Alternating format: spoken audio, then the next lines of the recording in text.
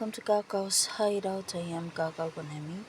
So for tonight's readings, I'm going to do 2025 reading for Year of the Ox.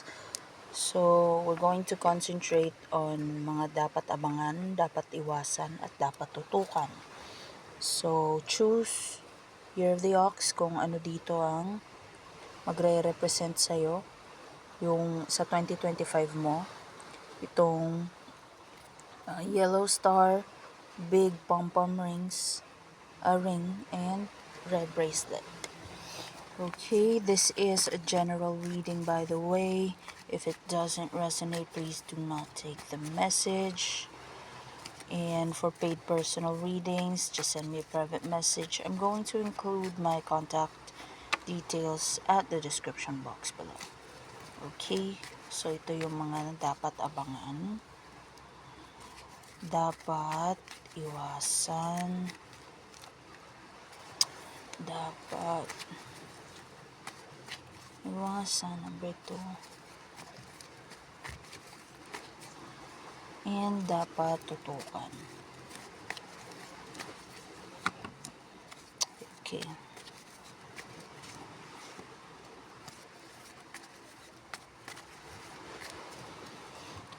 Okay. Yeah. So, focus, pause if you need some more time. This is number 1, number 2, and number 3. Okay, if you have chosen,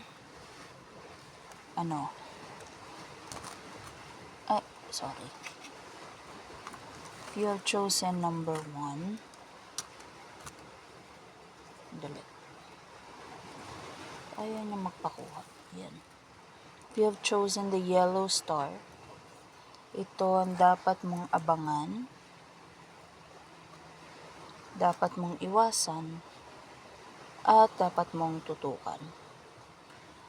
Dapat mong abangan, yellow star for 2025, na merong mga opportunities na darating, na baka magdalawang isip ka na i-grab yung opportunity na to.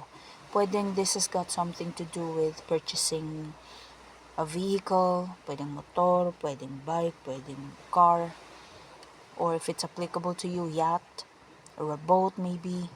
Basta there's something na parang may chance ka na to buy it or to have it for yourself, pero nag-hesitate ka for some reason. And pwede ring a chance to relocate or go somewhere na parang for some reason yun, nag-aalangan ka. Let's see why. Saan nanggagaling tong pag-aalangan mo? Okay. 4 of Cups reversed. Maybe this is something na parang hindi mo siya first choice. Pero dahil yan yung available, yan na lang. Pero, bottom of the deck is the World card. So, parang tapusin mo na muna kung ano yung dapat mong tapusin. Kung nakakatulong tong opportunity na to para matapos mo, magkaroon ka na ng achievement or completion about something. At saka this is something naman na pwede mo namang i-level up or gawa ng paraan once okay na, once kompleto na yung goal mo. Then go for it na lang. Okay? Kung let's say for example, may opportunity ka to buy maybe a car na hindi naman yun yung first choice mo, pero dahil okay naman yung quality ng car, mura naman, afford mo, at saka magagamit mo naman sa negosyo or sa kung ano man kailangan mo ng car for, and go for it. Parang palitan mo na lang ng gusto mo once okay na yung finances mo. Parang ganun. Huwag masyadong mataas ang standards on something na kung meron namang achievable for in the meantime. Okay? So yun ang dapat mong abangan. Now, kung anong dapat mong iwasan, burdens ang dapat mong iwasan. Parang for some reason, I'm sensing na these are burdens or obligations na hindi naman sa'yo in the first place. So, if it's something na pwede namang ibang taong gumawa, huwag mong saluhin. Especially if you're the one who na sumasalo ng obligation na to, ng responsibility na to over the years. Kahit na pwede namang iba yung mag-handle, iba yung mag-manage, at nang makapagpahinga ka naman. Okay? Ang dapat mong tutukan, moving on, to any part of your past or current ngayon, 2024 na situation, na hindi na nakakatulong. So, parang kinonfirm niya lang to. If it's something that burdens you, tapos hindi mo siya obligasyon, or you feel bad, or you no longer feel the willingness to manage it, to take over the task, then let go. Move on. And if you're going to do that, bottom of the deck is Eight of Swords reversed. Maibabalik mo yung confidence mo sa sarili mo. Kasi finally, after letting go of this burden, matututukan mo na kung ano yung totoo talagang gusto mong gawin in the first place. Okay? So there. That's for you na yellow star. Let's proceed kay number 2. C, pink pom-pom ring. Okay, ano to? Oh my god, moth.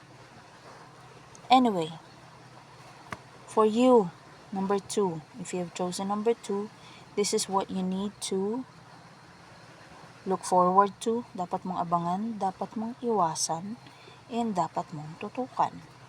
Hanged Man reverse, this is an indication na finally, magkakaroon ka na ng chance to call the shots. Na parang finally, siguro ikaw na yung magli-lead, hindi ka na magde-depend sa decisions ng iba, you don't need any permission from somebody na hindi naman alam or hindi willing alamin kung ano yung pinagdadaanan ng araw-araw. I'm also sensing that this may be connected to a promotion. Like finally, you're the head. Hindi ka na matetenga yung mga gusto mong tapusin kasi now you call the shots. So abangan mo yun. Hanged Man reversed. The Hanged Man is Pisces. So maybe finally the Pisces has gone. Or you no longer have any influence from a Pisces na parang siguro nag-hold back sa'yo. Or lagi kang pinapaalalahanan to the point na natitrigger siguro yung anxiety mo, yung paranoia mo. Ano pa? Pisces is also late February, early March. So there is a big possibility na around Pisces season mo to. Or pwedeng mangyari to na kailangan mong abangan. Okay? Now, let's proceed sa dapat mong iwasan, 8 of Wands. This is too much adventure, too much expansion, kasi, or traveling too much, or communicating too much sa kung kani-kanino lang. Kasi 8 of Wands is parang i-expand mo siya na kailangan malaman to ng lahat. So, try your best not to overshare, especially with your goals, especially kung plano pa lang para iwas sabotage.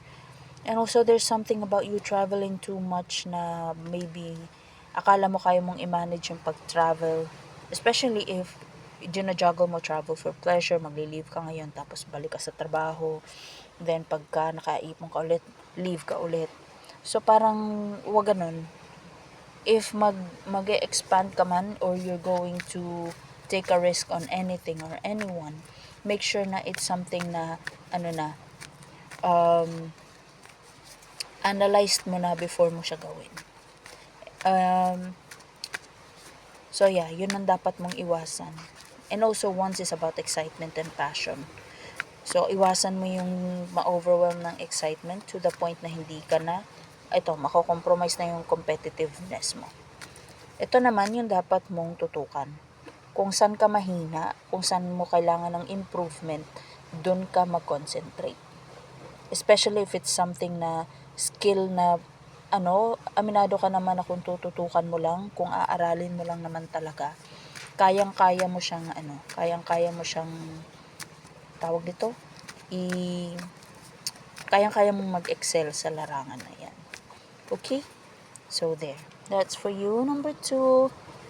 Thank you for watching. Let's proceed kay number 3. If you have chosen this red bracelet, then the reading is for you. Ito yung dapat mong abangan, dapat mong iwasan, at dapat mong tutukan. Dapat mong abangan is King of Pentacles reverse. So, merong plano na hindi mangyayari. Let's clarify this. Ano tong King of Pentacles na to? Okay. So, parang abangan mo yung tawag nito.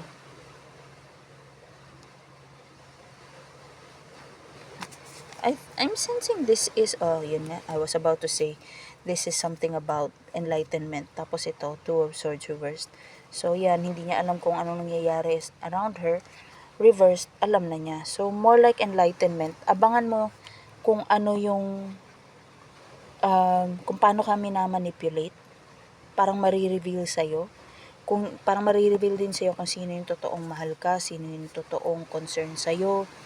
There's something about Taurus, Virgo, Capricorn na parang nagpe-pretend lang siya na concern lang naman ako sa'yo, dapat ganito yung ginawa mo, ganyan.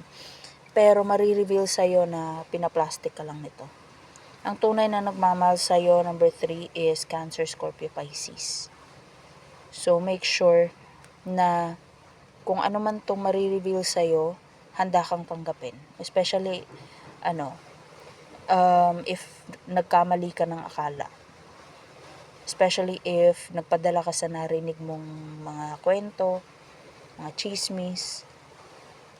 So, parang merong mabubuking, merong ka madidiscover about Taurus, Virgo, Capricorn na maybe ginugoyo ka, inuuto-uto ka. Tapos marireveal sa'yo na yung Cancer, Scorpio, Pisces pala yung totoong concern sa'yo. So, abangan mo kung ano tong marireveal.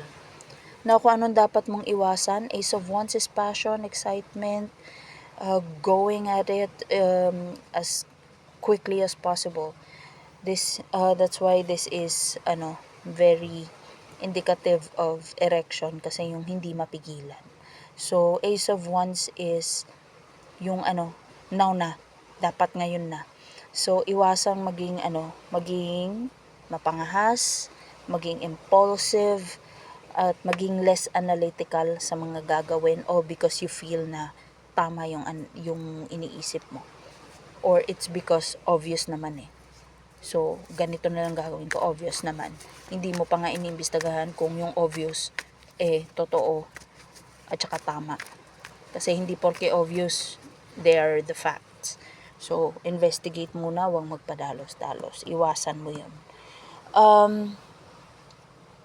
Ang dapat mong tutukan, Nine of Pentacles reversed, yung money mo, yung blessings mo, yung presence mo, affection mo, make sure na you're sharing it with the right people.